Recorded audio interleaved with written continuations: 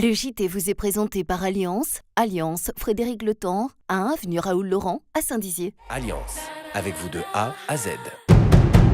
Bonjour à tous, nous sommes le samedi 1er décembre, bienvenue dans votre JT. Une application qui peut sauver une vie, Staying Alive, maintenant utilisée par les sapeurs-pompiers de la Meuse. Le transfert des valeurs de la laïcité par la boxe, c'est une opération lancée par l'État, maintenant en place à Saint-Dizier. L'offre de stationnement de la ville de Bar-le-Duc évolue, une conférence de presse se tenait cette semaine à ce sujet.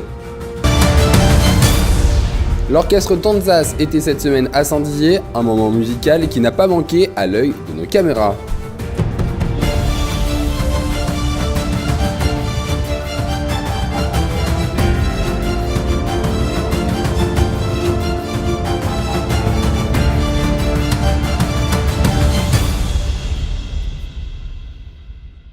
Hier après-midi, de nombreux sapeurs-pompiers meusiens accompagnés de divers services partenaires ont assisté à la présentation et à la signature officielle du lancement des Bons Samaritains sur le département. L'objectif étant de mobiliser des secouristes le plus rapidement possible auprès des personnes en arrêt cardiaque afin d'augmenter les chances de survie. Un reportage réalisé avec Nicolas Fontaine.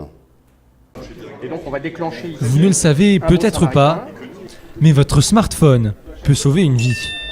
Depuis aujourd'hui, les sapeurs-pompiers de la Meuse peuvent ainsi vous alerter via l'application Staying Alive pour secourir une personne en arrêt cardiaque.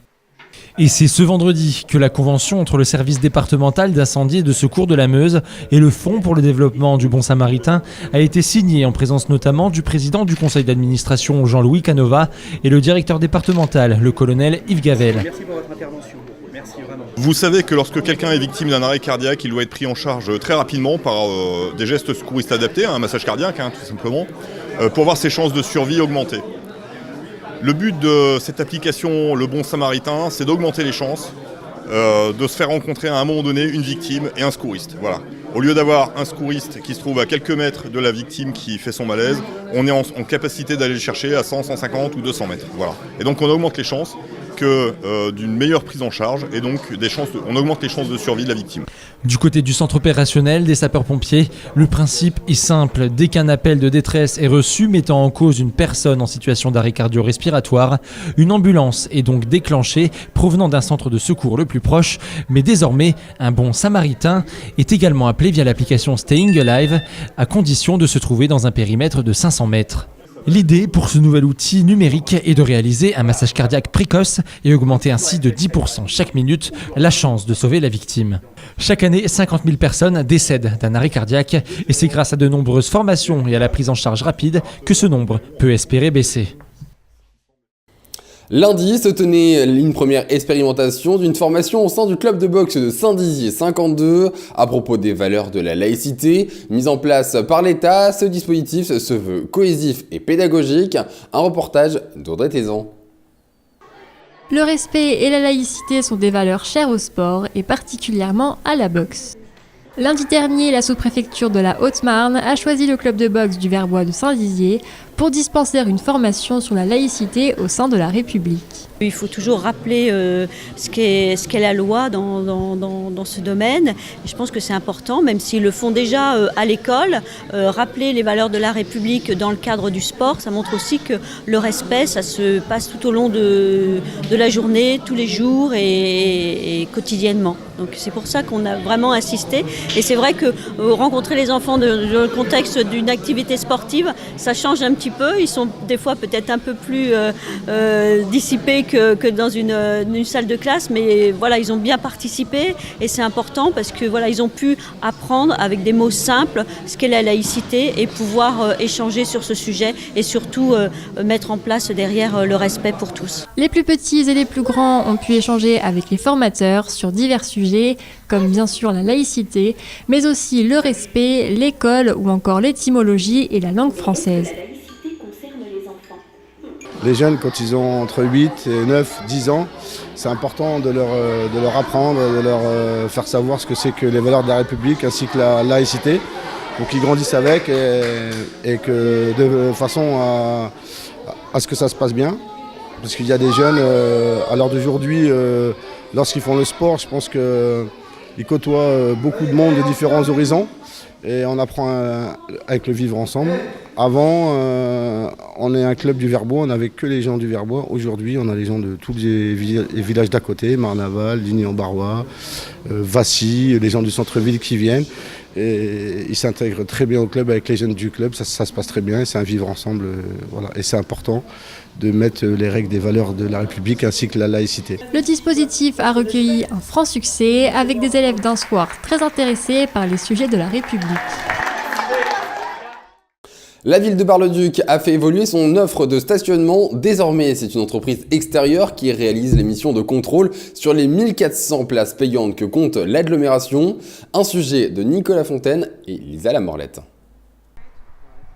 Ce vendredi 30 novembre se tenait en mairie de Bar-le-Duc une conférence de presse pour parler des nouveautés du stationnement.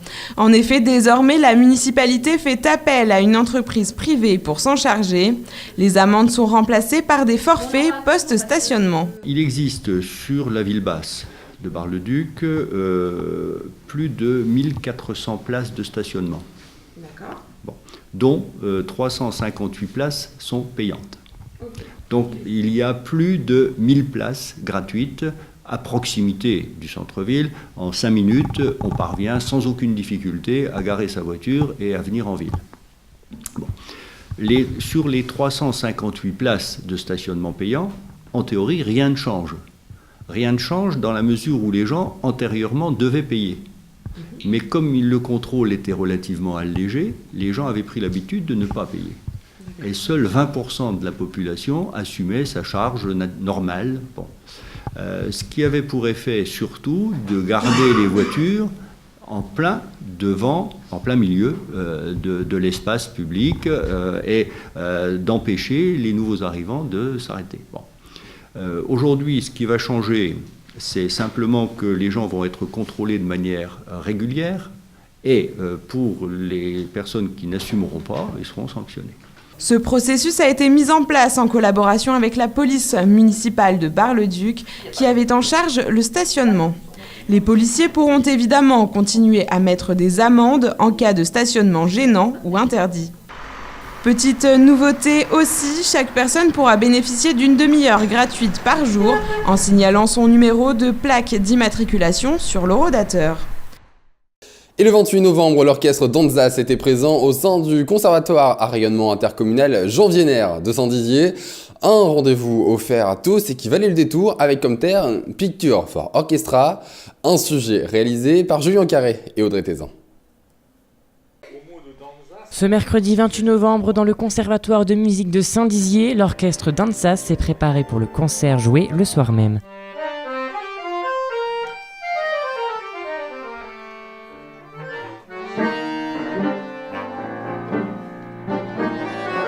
Depuis sa création en 2007, Danzas, orchestré par Jean-Marie Machado, a joué environ 70 représentations en France, mais aussi en Allemagne et en Belgique. Nous en profitons pour rencontrer les élèves du conservatoire, les parents, les professeurs, pour un petit échange convivial, pour expliquer un peu notre musique, notre démarche, puisque c'est une musique d'aujourd'hui, qui s'invente aujourd'hui, même si de temps en temps elle fait appel à des compositeurs d'hier. Et c'est une musique qui est jouée par des gens d'aujourd'hui et qui s'invente aujourd'hui, donc c'est assez particulier, il faut l'expliquer un petit peu, voilà, donc on est là pour ça, pour cette rencontre avec les jeunes qui apprennent la musique, parce que c'est les futurs musiciens de demain, ceux qui vont interpréter les musiques d'aujourd'hui. Je sélectionne d'abord l'idée d'un projet. Là, le projet, c'était que chaque musicien ait une petite mosaïque qui lui appartienne un peu, avec un moment un peu de soliste, on va dire. Hein. Et ces pièces enchaînées créent un programme, créent un parcours. Donc ça, c'est ce programme-là. Il y aura d'autres programmes. Le prochain programme de l'orchestre, ça va être sur l'amour sorcier, où on va recréer un peu une idée de l'amour sorcier aujourd'hui avec ce genre d'orchestre assez moderne, avec une partie de musique qui est écrite, comme je disais, une partie qui est improvisée. Dans l'orchestre, je suis peut-être le plus vieux musicien qui joue avec Jean-Marie Machado. Je joue avec lui depuis plus de 20 ans. Et ce qui me plaît beaucoup, c'est que Jean-Marie utilise le tuba encore aujourd'hui comme personne d'autre. C'est-à-dire que je peux avoir un rôle de basse, hein, l'instrument grave qui fait la basse, mais comme dans le dernier morceau qu'on vient de faire, là où le solo de flûte, là je suis carrément à l'aigu. Donc là ça s'oriente plus vers vers un corps d'harmonie ou un trombone dans l'aigu. Voilà. Alors ça, et ce qui est important de dire aussi, c'est que Jean-Marie écrit pour chaque musicien. Il n'écrit pas forcément pour un instrument, pour le saxophone, pour un tel. C'est pour qui il écrit. La répétition a commencé avec un morceau de tango afin de faire connaissance avec les apprentis musiciens présents dans la salle.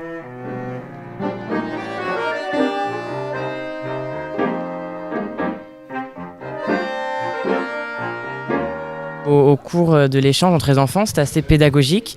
C'est une manière à vous de travailler comme ça avec les enfants ? Alors moi, je vais vous raconter une anecdote. Quand j'avais 19 ans, je cherchais du travail. Et on m'a appelé un soir, on m'a dit « Est-ce que tu sais jouer de la guitare ?» J'ai dit non. Mais je peux apprendre. Est-ce que tu pourrais aller dans les écoles pour chanter des chansons avec les enfants ? J'ai dit oui, j'arrive. C'était le lendemain à 8h, j'ai pris une guitare, j'ai appris le loup, le renard et la belette. Et j'ai été travailler pour gagner ma vie. Et donc, depuis ce moment-là, c'est pour ça que je raconte cette anecdote, je suis resté très proche et avec les enfants, les adultes. J'aime beaucoup communiquer. Par contre, je ne donne pas de cours. Mais ma façon de faire de la pédagogie, c'est celle-ci.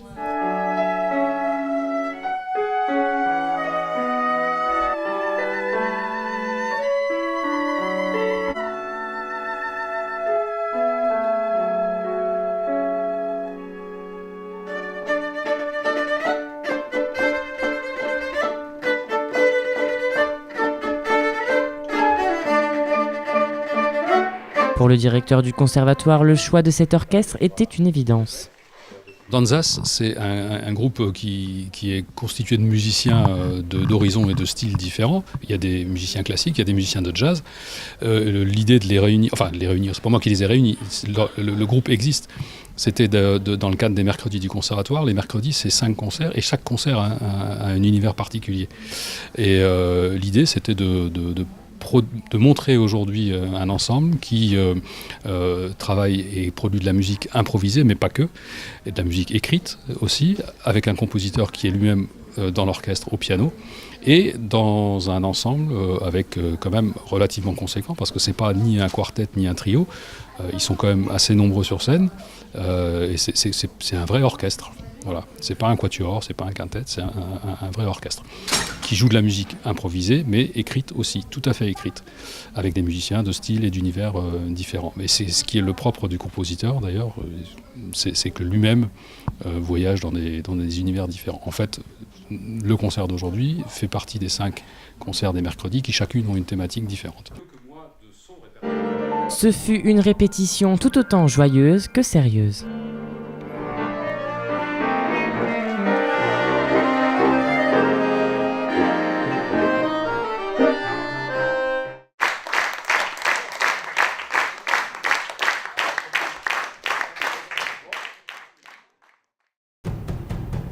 C'est la fin de votre JT, de ce premier JT de décembre. Merci de l'avoir suivi, merci de votre fidélité. Ne manquez pas depuis ce matin et jusqu'au 24 décembre le calendrier de l'Avent PTV à retrouver sur la page Facebook de Puissance Télévisions. Tous les jours un nouveau cadeau. Aujourd'hui 3 sapins naturels sont en jeu. À vous de jouer, bonne chance et bon week-end à tous.